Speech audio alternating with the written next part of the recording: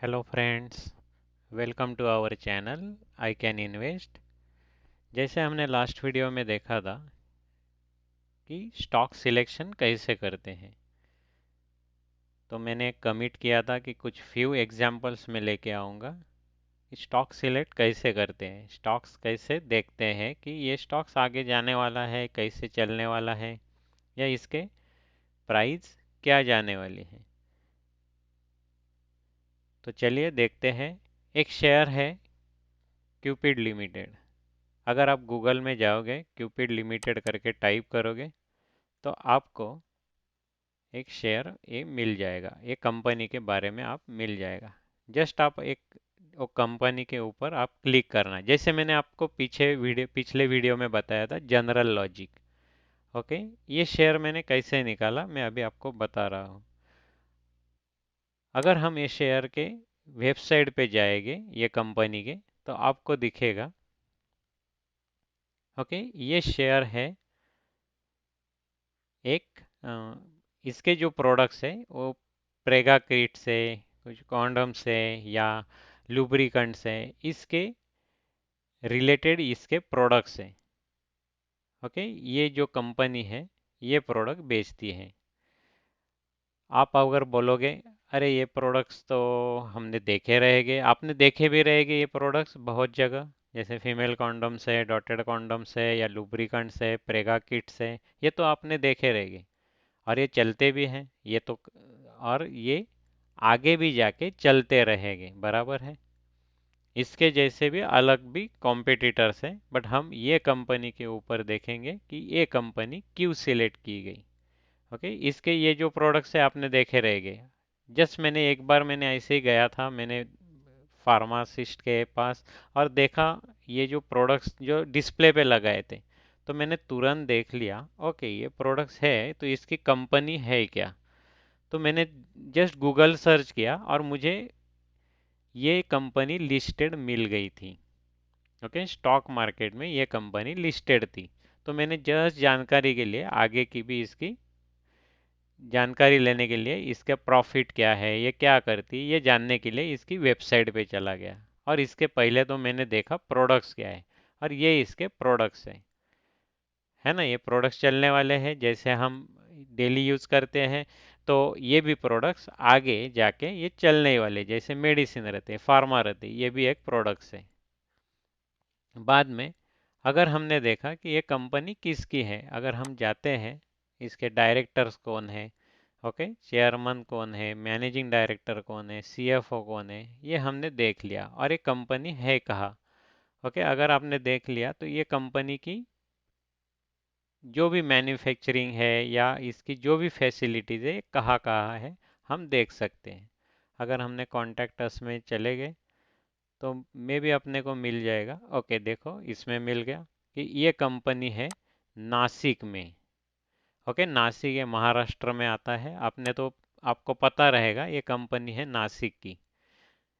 और ये मैंने फिर आगे जाके देख लिया, ओके नासिक में है तो क्या है इनका, कहाँ आती है। अगर देख लिया आपने तो ये है नासिक में, महाराष्ट्र में, एमआईडीसी एरिया में। तो कंपनी तो ठीक ठाक लग रही थी, मैनेजिंग डायरेक्टर्स वगैरह जो भी है वो तो ठीक ठाक लग रहे थे। तो मैंने जानने की कोशिश की आगे जाके कि चलो क्या है इसकी न्यूज़, क्या है आर्टिकल्स, क्या है इसमें जाके देख लेते हैं कि क्या न्यूज़ आ रही है इसके बारे में, मार्केट में कुछ न्यूज़ है। ओके, ये नए नए प्रोडक्ट्स ला रही है। ओके, ये एक न्यूज़ है।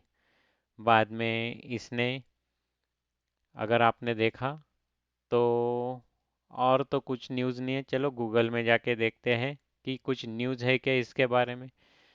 और बाद में हम देखते हैं कि इन्वेस्टर्स या प्रॉफिट एंड लॉस ये सब स्टेटमेंट देखते हैं। तो पहले हम जाएंगे इसके, ओके, होम में, फिर से एक बार देख लेंगे कि और कुछ है क्या। तो ये देखो इनका अभी ये आ रहा है नाइजेरिया में, इनका 22 अप्रैल से 24 अप्रैल में इनका स्टैंड है, ये मार्केटिंग करने वाले हैं। देखा, तो यानी ये कंपनी एक्सपोर्ट में है, ये अपने को पता चल गया क्योंकि ये बाहर जाके भी मार्केटिंग कर रही है। चलो आगे जाके देखते हैं और क्या मिलता है, फ्यूचर्स क्या है इस कंपनी के। देखो इन्होंने जो भी सेटअप लगाया वो जर्मन टेक्नोलॉजी का है। ओके, इनका सेटअप बहुत बड़ा है। मैं और टेक्नोलॉजी जर्मन टेक्नोलॉजी है, तो हम बोल सकते हैं ठीक ठाक है। सब प्रोडक्ट्स इलेक्ट्रॉनिकली टेस्टेड है। ओके, और ऑटोमेटेड है। ओके, सो ऑटोमेटेड है तो क्या है, ज़्यादा करके तो जो भी कॉस्ट है ये सेव कर रहे हैं। ये हमें थोड़ा बहुत पता चल रहा है, क्वालिटी कंट्रोल है, ये सब है।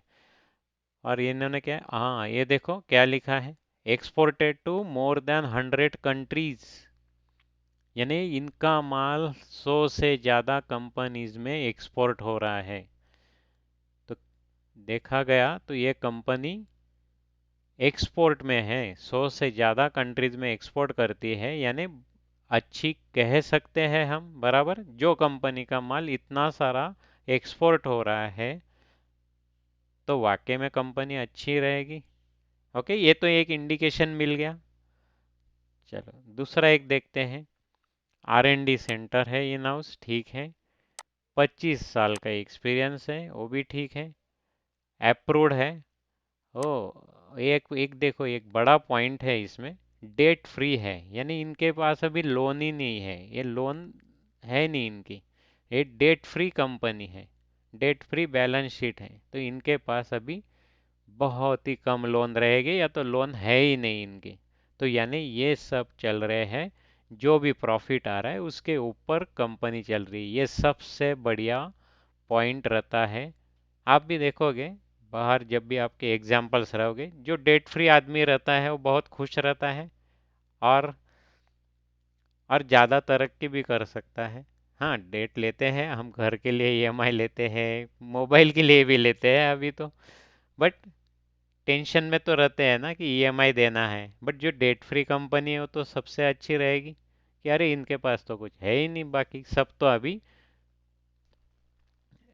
डेट फ्री है। यानी सब इनका जो भी है वो कैश में चल रहा है, जो भी पैसा आ रहा है, यानी पैसा तो आ रहा है कंपनी के पास, हम ये सोच सकते हैं। चलो जाके देखते हैं। अभी ये हो गया जनरल लॉजिक, और जनरल एक हमने बिल्ड कर लिया लॉजिक कि ओके ये प्रोडक्ट्स तो चलने वाले हैं जब तक आदमी है। ओके, जब तक ह्यूमन काइंड है, जब तक है तब तक ये प्रोडक्ट्स तो चलने वाले हैं। 100 से ऊपर कंपनी में एक्सपोर्ट हो रहा है माल, तो ये कंपनी तो अच्छी दिख रही है। चलो हम प्रॉफिट भी देख लेते हैं कि क्या हो रहा है इनके इसमें, इनके स्टेटमेंट्स भी देख लेते हैं। तो ये एक वेबसाइट है सपोज स्क्रीनर करके, उस पर अगर आप जाओगे और क्लिक करोगे तो आपको ये वेबसाइट ओपन हो जाएगी, screener.in। और इसके ऊपर अगर आप क्यूपिड करके टाइप करोगे तो पहला ही कंपनी है क्यूपिड लिमिटेड। ओके, हम इधर भी चले गए। ओके, तो उसके लिए हम पहले देखेंगे कि ये कंपनी का शेयर्स का क्या प्राइस चल रहा है और क्या हो रहा है पिछले 5 साल में, 10 साल में क्या इसमें हो रहा है। अगर देखा गया तो ये कंपनी में लास्ट 10 साल में प्राइस था 7 रुपया एक। ओके, 7 रुपया, 8 रुपया, 20 रुपया चल रहा था, और हो गया है 113 रुपया, और हाई मार दिया इसने 133 रुपया।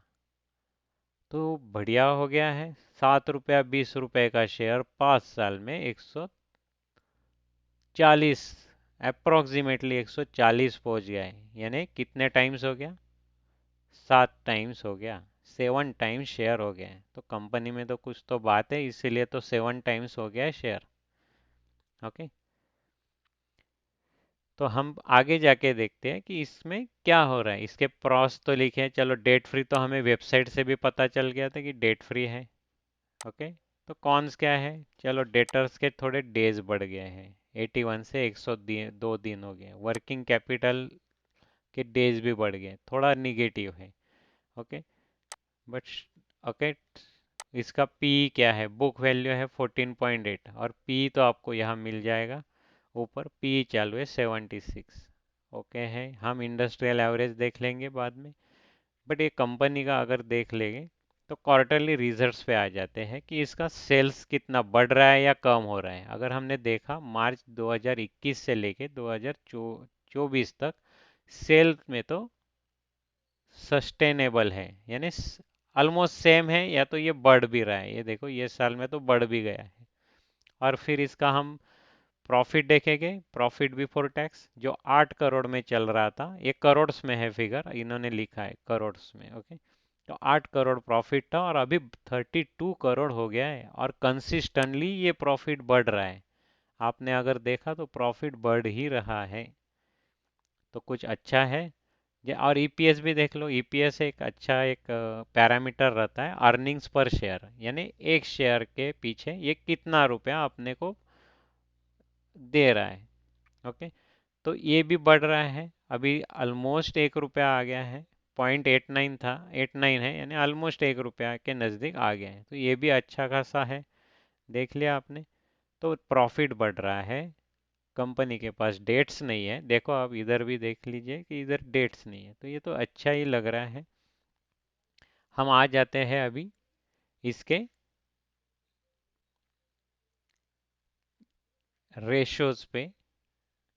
डेट रेशोज क्या है, इन्वेंट्री डेज क्या है, तो इनकी जो इन्वेंट्री डेज है वो थो अभी ओके 63 थे, पर बीच में इनका थोड़ा कुछ दिक्कत रहेगा, 229 डेज हो गए थे, तो 229 दिन की इन्वेंट्रीज थी। ये थोड़ा निगेटिव साइन रह सकता है, बट ये साल में देख लिया मार्च 2024 में तो बहुत ही कम हो गए हैं, तो ये तो बहुत ही अच्छी बात है कि इन्वेंट्री साइकिल भी कम हो गए हैं। बाद में आ जाते हैं कि प्रमोटर्स का स्टेक इनका क्या है। प्रमोटर्स का स्टेक सेम रह रहा है या कम हो रहा है या बढ़ रहा है। तो प्रमोटर्स का स्टेक ऑलमोस्ट सेम है। अभी पिछले कुछ 2 महीनों से इनका स्टेक्स थोड़ा कम हो गया है, बट 50% से थोड़ा कम है, बट ठीक है। आगे एफआईएस भी देख लेंगे। एफआईएस तो स्टेक्स बढ़ा रहे हैं, देखो एफआई ने तो स्टेक्स बहुत ही बढ़ा लिया है।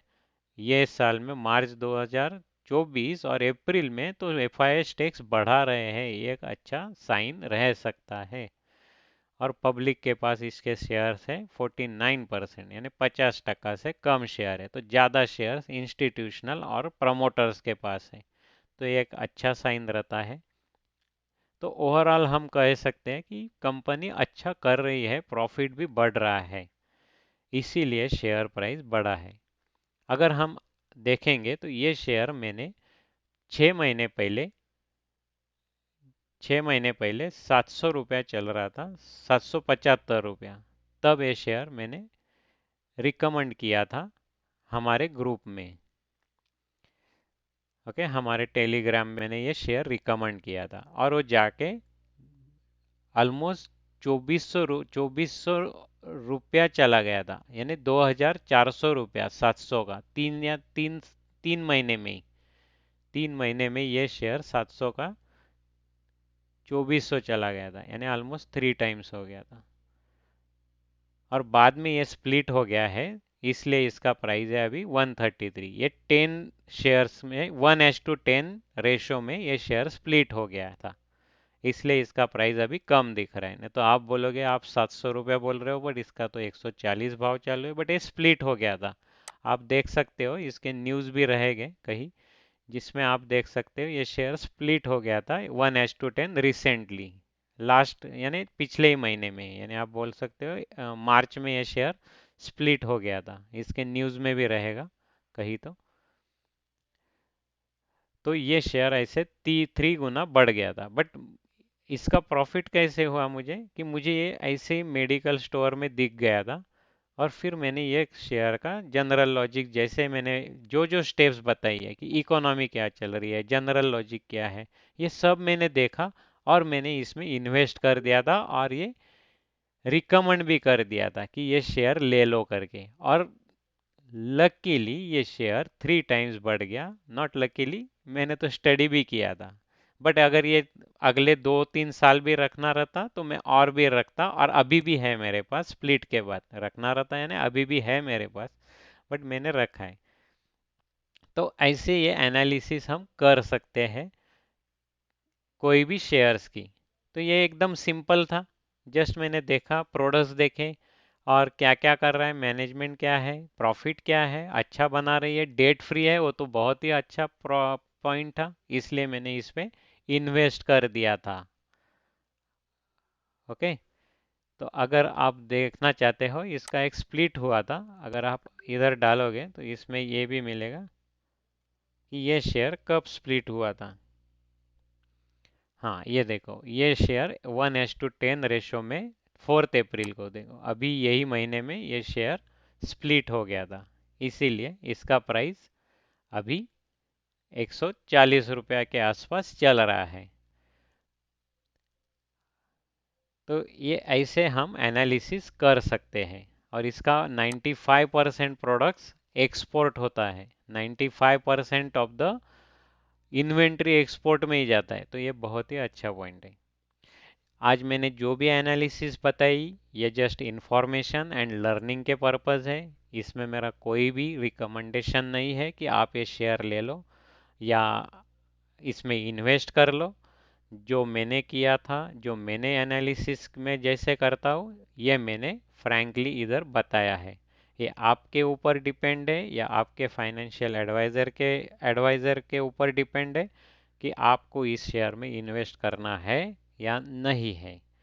मैंने जस्ट मेरे व्यूज़ दिए हैं, कृपया इसको कोई भी रिकमेंडेशन कंसीडर ना करें। Thank you for watching my our channel I can invest. अगर ये एनालिसिस अच्छा लगा हो तो प्लीज़ चैनल को सब्सक्राइब कीजिए, चैनल को नोटिफिकेशन आइकॉन पे क्लिक कीजिए। और आपको कोई शेयर्स की एनालिसिस करवानी है या आपको लग रहा है ये शेयर्स कैसा है, आपको जानना है, तो कृपया कमेंट में शेयर का नाम एंड आपको क्या जानना है, कृपया कमेंट्स में लिख के पोस्ट कीजिए।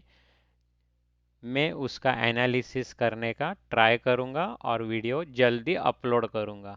Thank you, bye bye, take care.